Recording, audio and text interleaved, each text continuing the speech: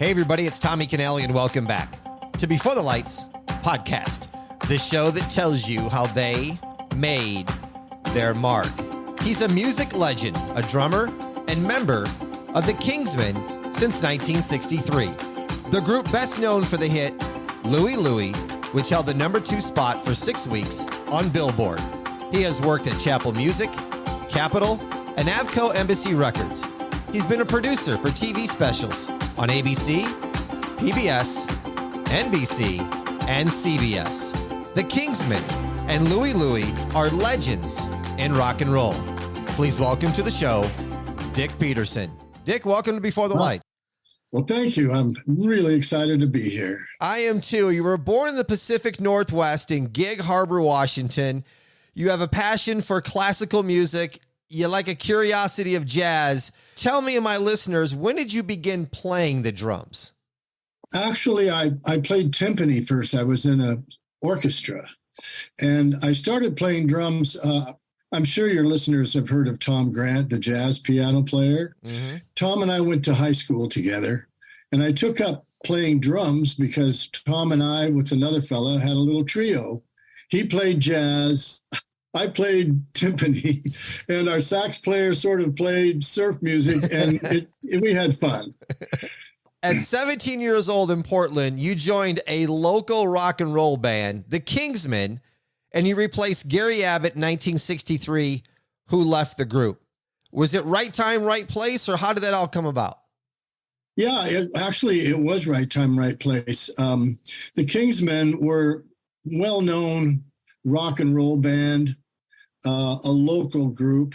They played supermarket openings and dances, sock hops. They were really well known in the area.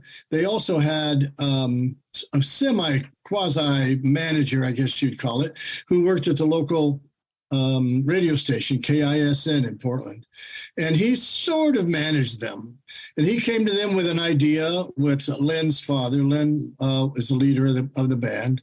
And came to him with an idea maybe in the summer of 63 playing on a cruise ship. And they wanted an audition tape.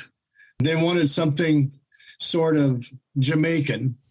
And the band had always played Louie Louie. Louie Louie's been a really famous song in the Northwest for years. The Wailers recorded it a year or two before the Kingsmen.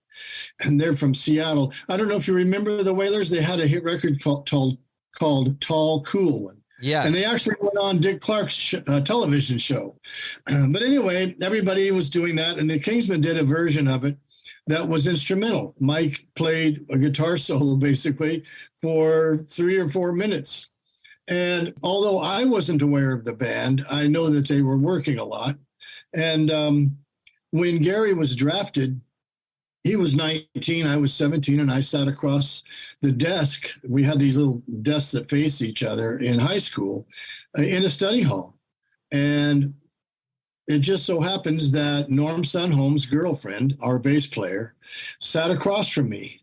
And they were looking for a drummer. And she said, "Hey, you play drums, don't you?" And I go, "Well, yeah." And she said, "Well, would you be interested in auditioning for my boyfriend's band?" And I'm like, "What kind of band is it?" "Rock and roll." And I said, "No, I don't think I'm too interested." And she said, "Oh, that's too bad, because you'd be perfect for him."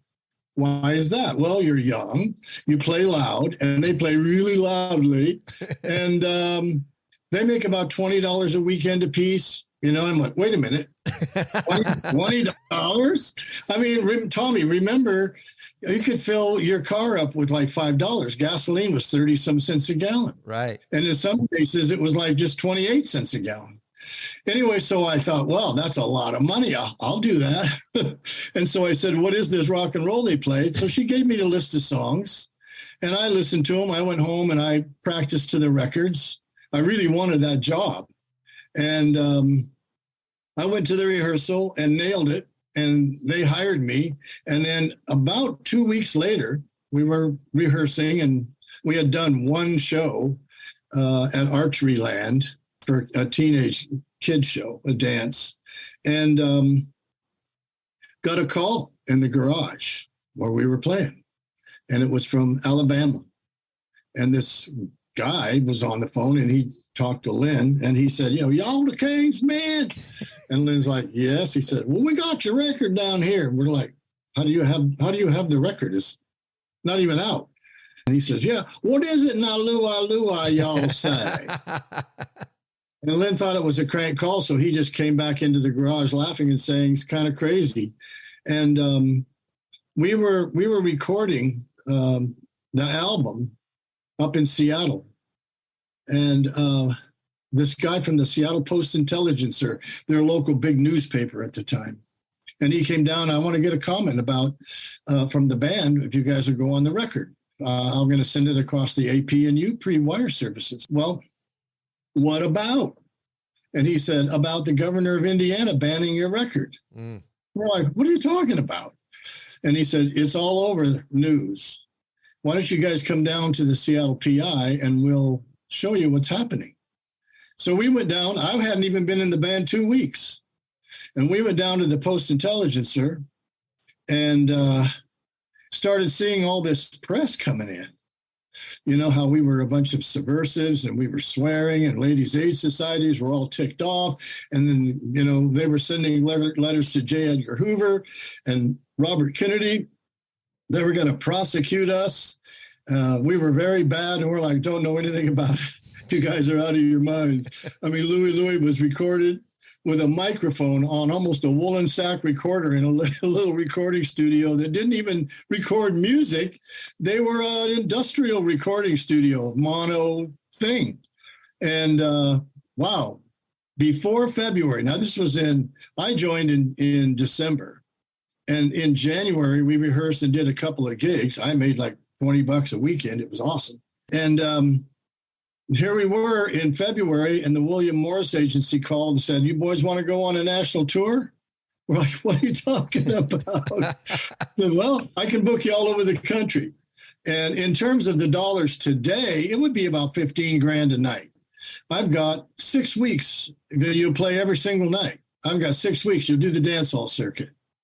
And so we said, yeah, and we hit the road, and it was nuts. I mean, all of a sudden you're in a hall that holds 1,000 people and filling it. We're going, what is going on? It's crazy.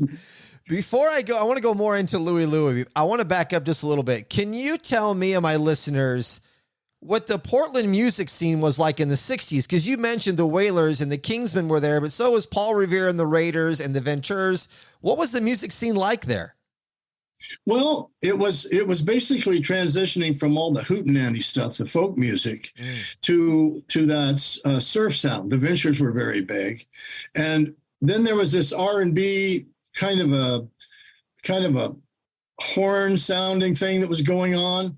You know, I think that Paul was the first one to actually have a saxophone in his band. There was also a group called Jimmy Hanna and the Dynamics, and they had like 4 horns in their band. And they were doing kind of a cross between all those genres, trying to find a way. Tommy, you have to realize, you don't have to, but you realize that where we're from, we were cut off from the rest of the United States musically. You know, California is its own big market. And then you have all the Midwest. Well, we're on the west side of the Rockies, and we're in the northwest corner of the U.S., and we're all developing and doing our own thing, copying each other. And all the bands up here were playing kind of a sort of a rock, rhythm and blues sort of thing. And Louie Louie was just kind of a freak thing. You can't hear the vocal. It was recorded horribly, but it was supposed to be, you know, it was written in the 50s. And the band that did it originally, Richard Berry's group, I think they were the Pharaohs or something.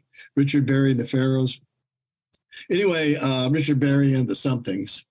It was written like as a calypso. Right.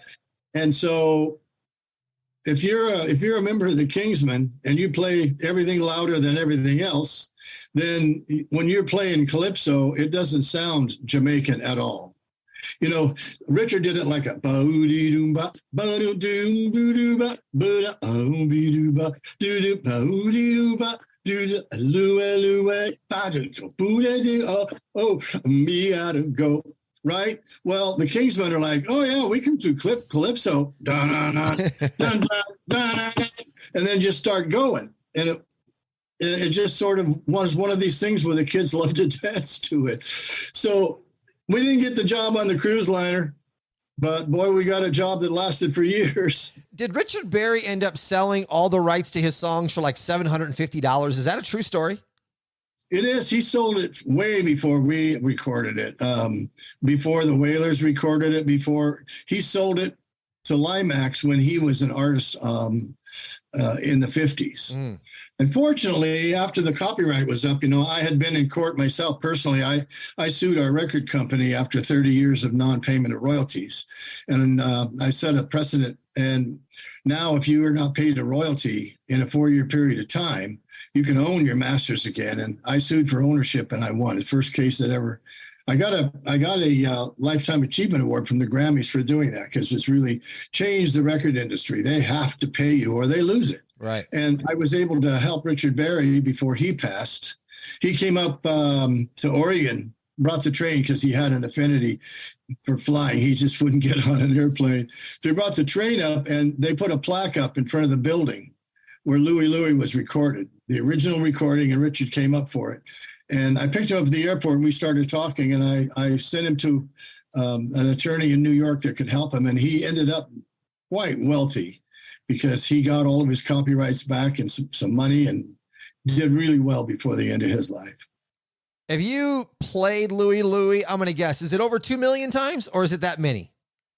Well, you probably have to count how many days I've been alive and then maybe take 5 out of 7. But, I'll tell you, this is the God's honest truth. You don't get tired of it because the show actually starts for us when we play Louie Louie. People dance, they're out singing, they're doing their deal in the audience. But as soon as we start playing Louie Louie, all you see are the tops of their heads, and they get out their lyrics and they're trying to read along and see if they've got it. And they're comparing things. It's hilarious. We even had the FBI shadow us for 1.5 years. They came to every one of our shows. And those guys were trying to figure out what we were saying, but they couldn't do it. Was Louie Louie named like a worst record at one time? Yeah, as a matter of fact, that's how it started. That's how it became the record and the phenomenal hit that it became. Arnie Woo Woo Ginsberg, a book banger and trumpet blower disc jockey from Boston, he was on a quest to find the worst record ever recorded. And he had gone to Las Vegas, right where you are. He had gone to Las Vegas to a convention. And Jerry Denon, the guy that actually pressed up some copies so some of the local fans here could have some. He was at the convention and gave Arnie one of these records. He also gave one to Marvin Schlachter. He was just passing them around. He had 1,000 records. When you're dreaming, you're dreaming. And he just pressed up a bunch of records and handed them out to people and came back and said, oh, everybody's got it. Now we'll get a record deal. We're going to get a national deal. Well, Arnie found it. He put it on and goes, well, this is a piece of crap. Oh, my God, this is going to win. Put it on the radio. And the kids would call in, they'd vote the worst record of the night. You'd be up against another record. And Louie Louie was winning night after night after night as the worst record. Well, Tommy, when you hear something enough, you start liking it. It can be horrible. I know it's happened to me. I've listened to something and go, oh, that's a horrible record. Right. And they play it on the radio so much, pretty soon you're humming the darn thing. Well, that's what happened. He played it so much that he called Jerry and he said, when is this record coming out? Kids want to buy it. And he said, oh, I gave it to Wand and they're gonna press them. You should call. He said, well, I know Marvin. I'll call Marvin and find out when this thing's going to be released. And he called Marvin Schlachter and he said, I've got Louie Louie going nuts here. I know we could sell 50,000 of them if you can get them out. And Marvin's like, what record is that? He says, Louie Louie. He says, oh, yeah, that'll be out next week. So they hang the phone up and Marvin is like, find this Louie Louie thing for me. What is it? And they found it in a closet and he put it on and he's going, well, that can't be the right Louie Louie. That's horrible. And so he called Arnie back and he said, is this the one you're talking about? He plays Louie Louie and Arnie goes, yeah, it's fantastic. It's winning every night. It's horrible. And so he goes, yeah, it'll be out next week. And boy, Marvin just had those things pressed up there. And I'll tell you what, it just took off like wildfire. You had mentioned how shortly after you joined the group that the governor from Indiana and J. Edgar Hoover from the FBI were all over this record. Would Louie Louie then have died if it wasn't for the FBI and Governor Welsh making it such a big deal? Absolutely would have. They're the reasons. Their ban is what made the thing take off. You ban something, everybody's got to have it. Yeah. Not only that, but I did you ever hear of Larry Lujak from WLS Chicago? Oh yes, definitely. All right. Now wait a minute, aren't you from Chicago originally? I am originally from Illinois. Okay, Naperville. South of Naperville. I'm from a town called Streeter, Illinois. Oh, okay, Naperville. All right. Well, anyway, one of our fan club presidents was from Naperville. That's okay. But anyway, as soon as Larry Lujak, and he used to be at Kiss Radio in Portland, he had gone up to the big time at WLS. And as soon as he heard the governor of Indiana ban the record, well, he's 50,000 watts, and his station reaches all the way through Texas into Mexico. There's nothing to stop it. There's not a mountain or a hill to stop that. And so the governor of Indiana said, this cannot be played on the airwaves in Indiana any longer. No one can sell it. Well, all you have to do is drive across the border and you could buy it. And Larry just started pounding it, saying, if this is banned, I'm going to hit the airwaves in Indiana. And his station was one of the most listened to stations anyway. And then when he called and said, you guys got to come do an interview when you're in the Midwest because this is phenomenal. I'm pounding Indiana with airwaves with Louie Louie and the governor. He won't let it come into his state, but I'm all over him. It was hilarious. Listeners, let me give you some information more into Louie Louie. It's sold millions of copies, has over 1,000 cover versions of it. It's the number 4 most influential recordings of all time and one of the 50 most important recordings in the 20th century by Rolling Stone magazine. It is the most played 45 in history. Dick, how is there like a marathon version of Louie Louie? I was doing some research. I don't know if it's true. Saw one place where it was played for 90 minutes straight. I mean, is there a marathon version of Louie Louie? No, but I'll tell you what, down in California, and I believe it was Santa Cruz, they brought out a new radio station on the air, and they played Louie Louie for 1 week solid. Wow. Over and over. It made national news. They called us. We all went on, kept doing interviews. They wanted just to hit the airwaves running, and they played Louie Louie. Almost every band back in the day covered Louie Louie. I mean, they did. The Beach Boys, we went out in the summer of '64. And we went out the entire summer with the Beach Boys and opened for them across the country. We were playing to 1,000 people a night in all the dance halls. And when we went out with the Beach Boys, we were playing to 20,000 people a night. We were playing ballparks and stadiums, huge coliseums. It just catapulted us into a whole another genre. We ended up having 9 albums. We had 4 other records that were really, top 10 in Billboard. But the one people know is Louie Louie. True. Can you explain the pandemonium then of what it was like in the 60s? I mean, did you just go from like high school to driving Mercedes-Benz and Ferraris? Actually, I bought an XKE. I was driving by the dealership, and here I am. I'm 17. I just came off the first tour. I had all this money in my pocket, and I drove by the Jaguar dealership and saw this beautiful red Roadster. And I pulled over, and I went in, and I said, how much is that? And so he said, it's about $7,000. And remember, Cadillacs back then were, $3,000-$4,000. He said, $7,000. And I said, I'll take it. And he said, well, what? I said, will you take my check? And he's like, well, what? And he said, how old are you? And I said, 17. And he's going, okay, so your dad's going to buy it for you? And I said, no, I'm buying it. And so my check cleared in 2 days. I went down and picked the car up, and I also bought my mom a brand new house because we were not wealthy folks, but she had a new house, and it changed everybody's life instantly. The lyrics are this huge controversy that's been going on since the song's been around. Does anybody have like a printout of the original lyrics? Does anybody know what they are? Yeah, you can get online and get Richard Berry's version because he's the one that wrote it. Okay. And you can see the deal is He wrote it as if it was Jamaican. Me see Jamaica, the moon above. It won't be long, me see, me love. Well, if you're just slurring all that and you can't really hear it because the microphone's there and you're expecting to hear English, you can make anything out of it. Mm-hmm. I was at a taping with Bing Crosby. And Bing Crosby, he came over and he said, "So you're in the band that recorded Louie Louie?" I said, "Yeah." He said, "White Christmas will fit to that." He said, "You can sing anything to it and it'll work." It was kind of fun. Okay, everybody, I got something for you. I love being in the sun. I love being outside in the summertime. I do not mind the heat. But you also have to take care of your skin. And for a long time, I've been looking for a product that I could use on my skin that didn't make me feel like I just put on either some watered down version of something or something that was sticky that I did not like. I got news for you. I found it. 7 Minerals. Go to 7minerals.com. Their aloe vera gel is 99% organic aloe vera with no sticky residue. I purchased it. I tried it.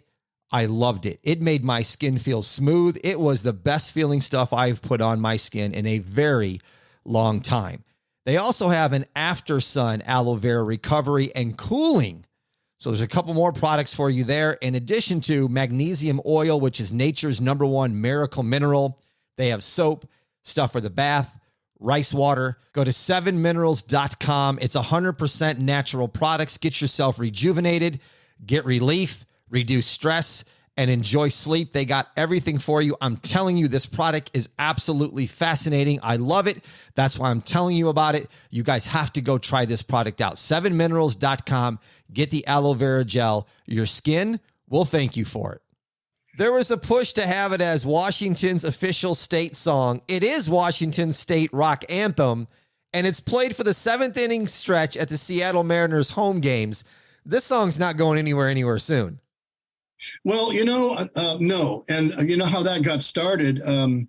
They asked us to come up and sing the national anthem at a Mariners game, and Randy Johnson was pitching that night.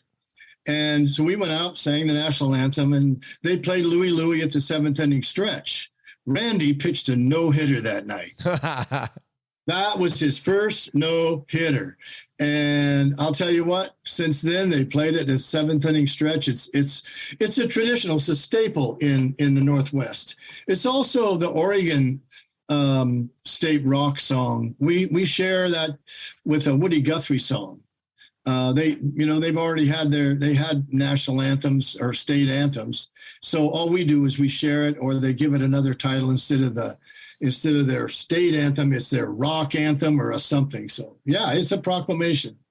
In 2005, you wrote a book, Louie Louie, Me Gotta Go Now. Is it still available? Can listeners get their hands on a copy of the book? Absolutely, and the whole story is in it. You jump on Amazon and you get Louie Louie by Dick Peterson, and there it is. It tells everything. It tells a little more than I should have probably. I'll find a link and put that in the show notes for you listeners so you can click on it and get your hands on the book. As Dick had said, the group had 13 singles from 1963 to 68 in 5 consecutive LPs. And some of these early LPs were released in other countries like Canada, the UK, France, Germany, Mexico, South Africa, and Taiwan. And if you're just thinking, well, they don't have anything more than Louie Louie, well, they have other songs of Money, That's What I Want. That was number 16 on the Billboard. Little Latin, Loopy Lou, number 46, Death of an Angel, Jolly Green Giant, The Climb, Annie Fanny, The Gamma Gooch, Killer Joe. And I was on the website. They got some new music on there, Through the Wall, Heaven, and Michelle. I'm a fan of Through the Wall. I love the song. Thank you. I do too. It's really kind of fun. We have a lot more. And, when I update the site, we're probably going to put 20 songs up there. We've got so much more. It's kind of crazy, but we've just been so busy. And, it's really, I'll tell you how phenomenal it is. We worked 5 years without a break. We took 16 days off at Christmas every year. We played 4 hours a night in a different city every single night. And when the 70s hit, kids just stopped wanting to hear what we were doing. We were a dance band, and they started turning into psychedelic drugs and psychedelic music, doing this whole big bell-bottom thing. And we were on the road so much we lost touch with what was going on, which happens a lot. So that's when I took up a different career. I went to Capitol Records. I got a job there working in there with them. I worked for Lamont Dozier for 3 years, learning music production, and got quite an education. And all of a sudden, we get a call from the William Morris Agency again. Well, there's this movie coming out called Animal House, and it's kind of a whole party thing that's taking place in the days of Louie Louie. Would you be interested in going back out? And we said, well, if the money's right, I mean, it's kind of fun. And Animal House took off. It became, at the time, like the #1 movie ever for years and years. And John Belushi, singing Louie Louie and using our record. And all of a sudden, here we were in the mid-'70s, and we were no longer has-beens. Now we're classics. And, we've been working ever since. We started working the college circuit, and we played a different toga party every night. It was really fun. Now we play fairs and festivals and corporate parties and things like that, but we're still out there rocking. It's really fun. The show notes will have a link to the website, louielouie.org. The Kingsmen are being crowned the fathers of garage rock and America's party band. What do you recall, Dick, about the 1965 Rose Bowl parade when you guys had your own float? Yeah, well, they also had batteries hooked up so we could, play. It was really cool because we were in a couple of parades. We actually even did the Azalea Festival down in not Goldsboro. I forgot the name of the city in North Carolina, just south of Goldsboro. Anyway, they have this big Azalea Festival. We didn't have a float, so we drove our Greyhound bus through the float with flowers all over it, and people had a great time. Yeah, it's awesome. I can't tell you the doors that it's opened.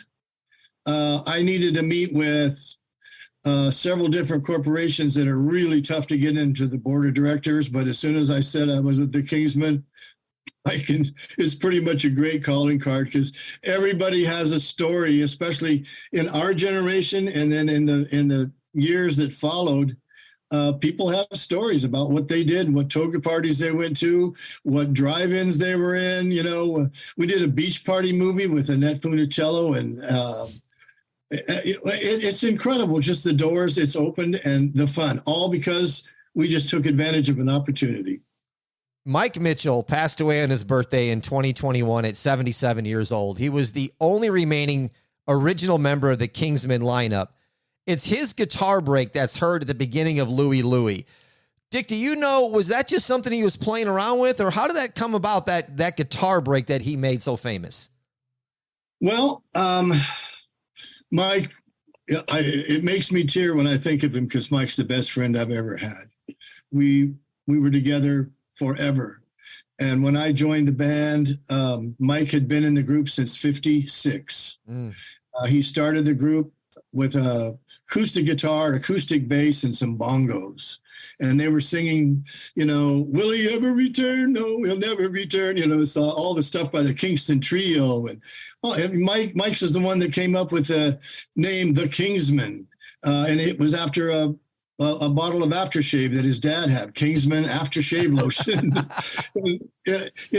Mike was the original Kingsman. He was there through every bit of it, all the way from the transitions into playing Venture's music, because the band for a while was a surf band, and then getting into the R&B stuff, adding a electric organ to the mix. Mike is the original Kingsman. There's no doubt about it. And I wish you would have met him. You'd never meet a lovelier fellow.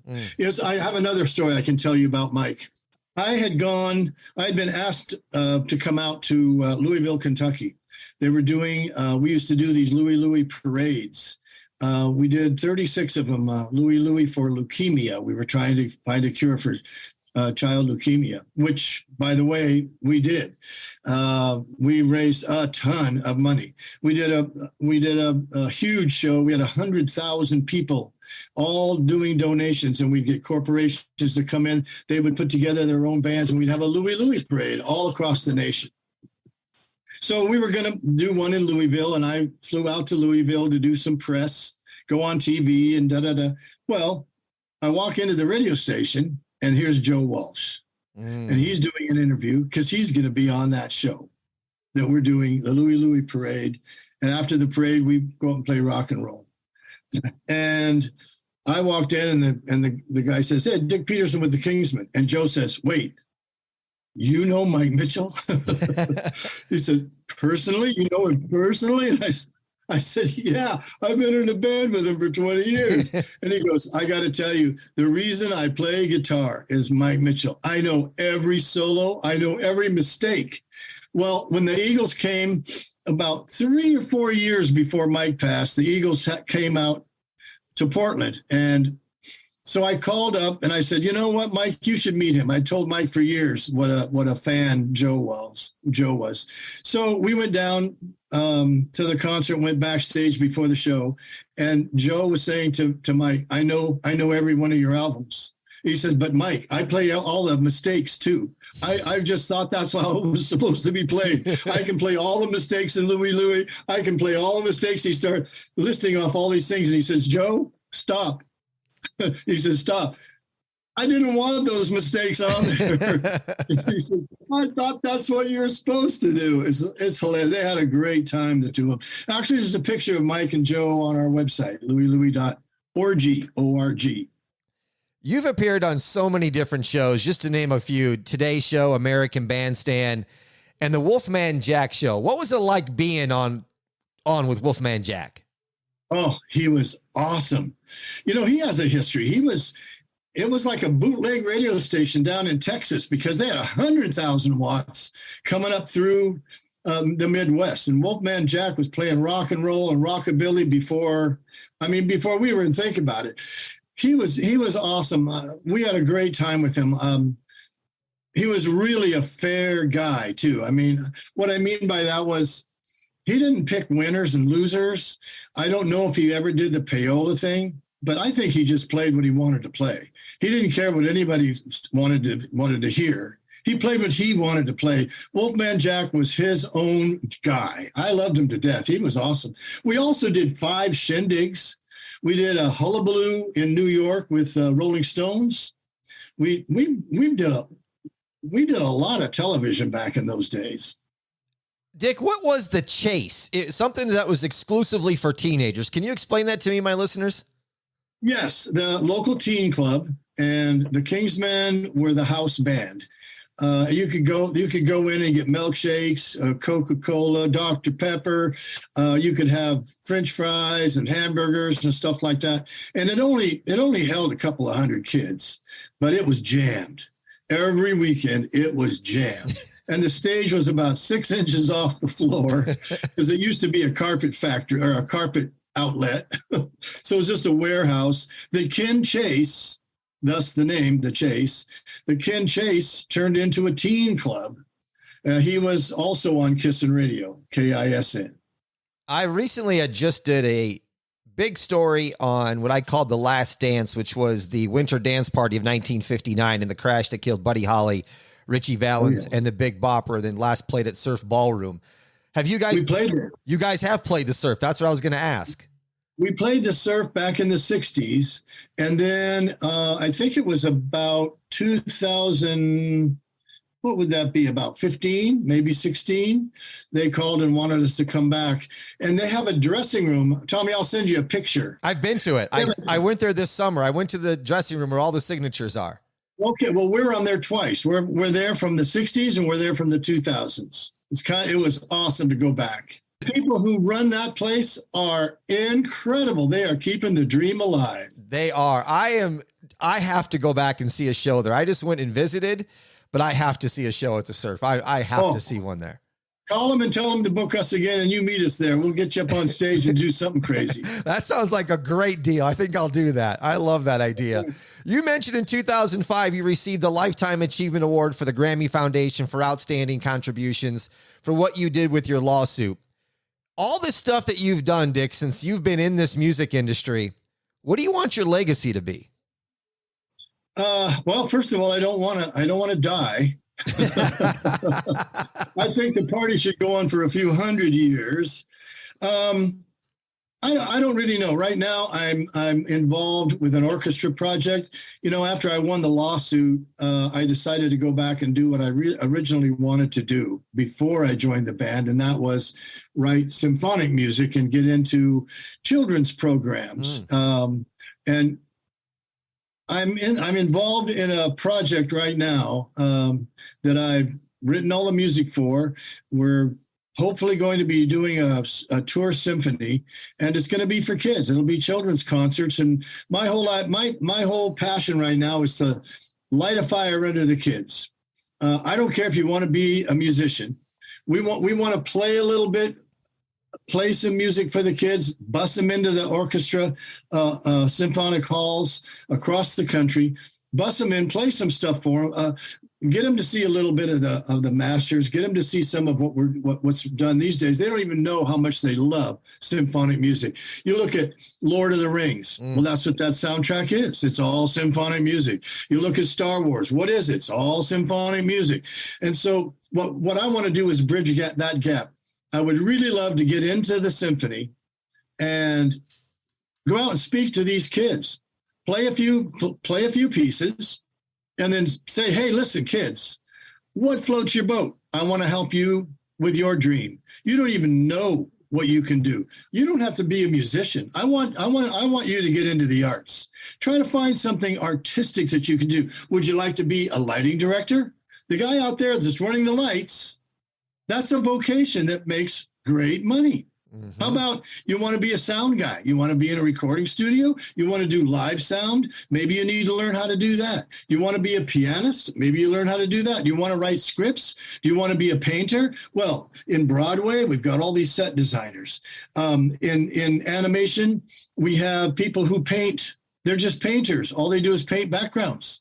Do you want to write books? You want to write a novelist? You want to be a copywriter and do copy in magazines? What do you want to do? What would you like to do that really has a foot in the arts and promote that? And my whole thing is, I want to help you do it.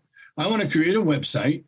And once we hit the road, and I'm thinking we'll be out there doing that in a year or two.